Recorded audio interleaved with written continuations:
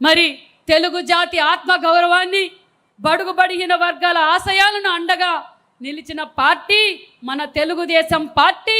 కూడు గూడు గుడ్డ అనే మహోన్నతమైన లక్ష్యంతో మరి తెలుగుదేశం పార్టీ 44వ ఆవిర్భావ దినోత్సవం టీడీపీ సభ్యులకే కాదు, తెలుగు ప్రజలకు ఒక పెద్ద పండగ. ఏది అంటే తెలుగు రాష్ట్రాల్లో మన మహానాడు అన్న విషయాన్ని సగర్వంగా మనం చెప్పుకోవచ్చు.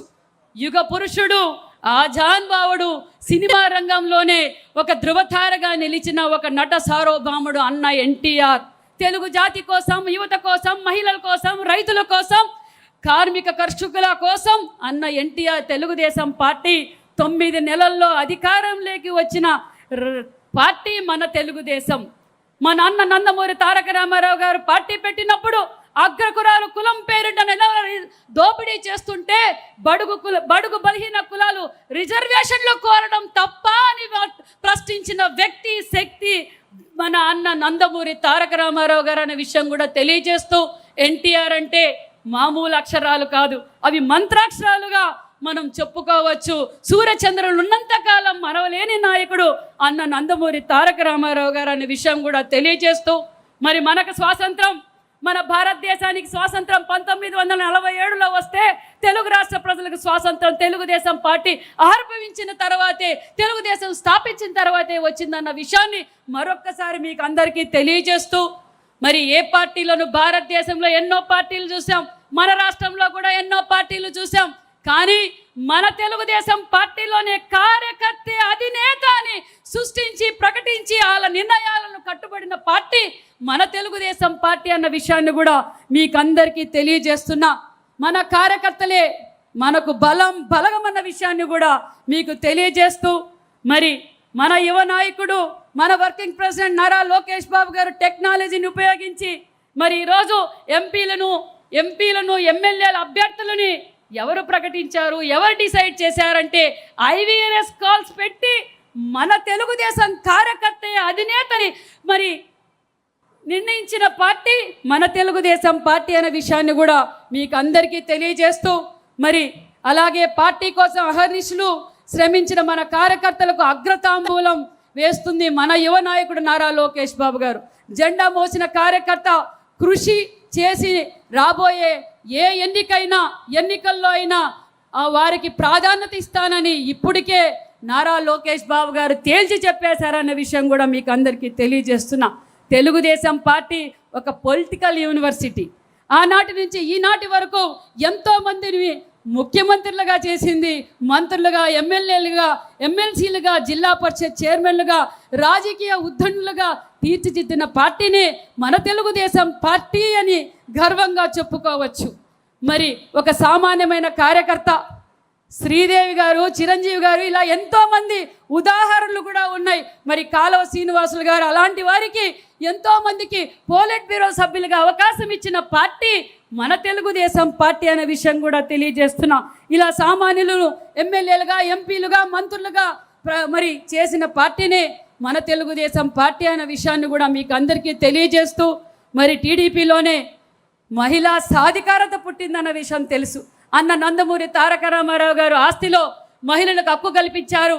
అంతేకాకుండా మహిళా యూనివర్సిటీలు తీసుకొచ్చారు.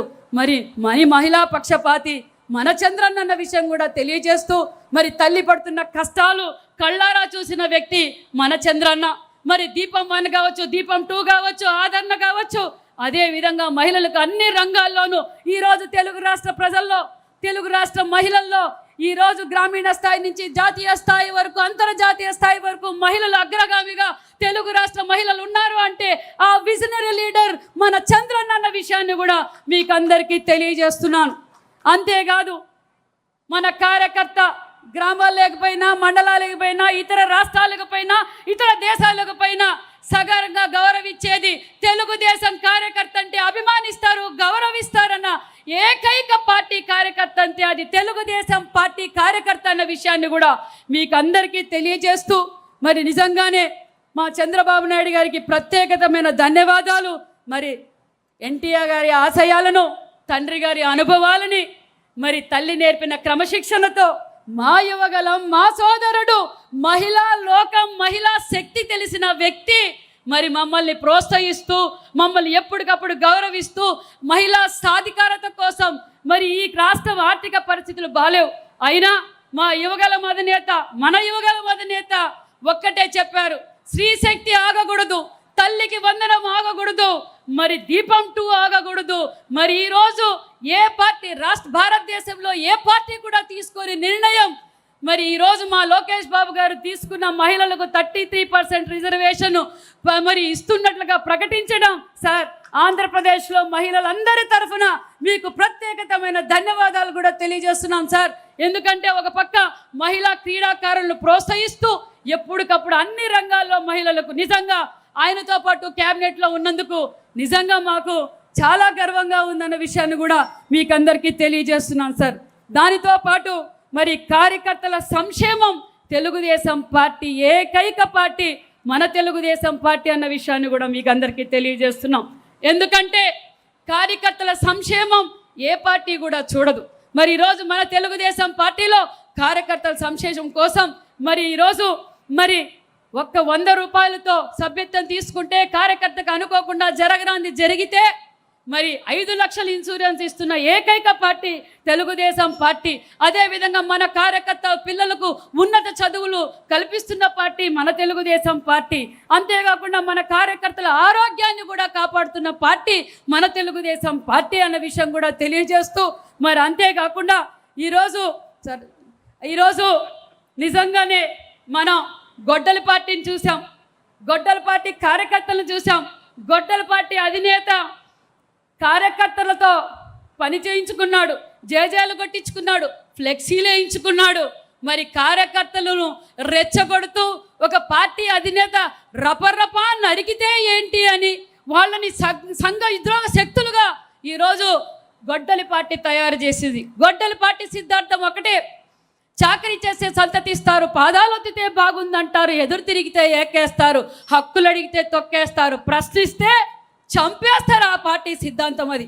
మన తెలుగుదేశం పార్టీ సిద్ధాంతం మన కార్యకర్తలు క్రమశిక్షణగా భావితరాల భవిష్యత్తుకు పునాదులుగా మారుస్తుంది మన తెలుగుదేశం పార్టీ అన్న విషయాన్ని కూడా మీకు అందరికీ తెలియజేస్తూ మరి అంతేకాకుండా మన కార్యకర్తలు వ్యాపార వ్యక్తులుగా తయారు చేయాలని త్రిబుల్ ఈ సిస్టాన్ని పెట్టి ఈరోజు మరి మన కార్యకర్తల్ని ఎంటర్ప్రైనర్గా తయారు చేయాలి, ప్రతి కార్యకర్తని ఎంటర్ప్రైనర్గా తయారు చేయాలన్నదే మన ముఖ్యమంత్రి గారు మన యువగలం అధినేత నారా లోకేష్ గారి సంకల్పము లక్ష్యమైన విషయం కూడా తెలియజేస్తూ మరి నాకు ఈ అవకాశం కల్పించిన అందరికీ నమస్కారాలు తెలియజేసుకుంటూ నారా చంద్రబాబు గారి నాయకత్వం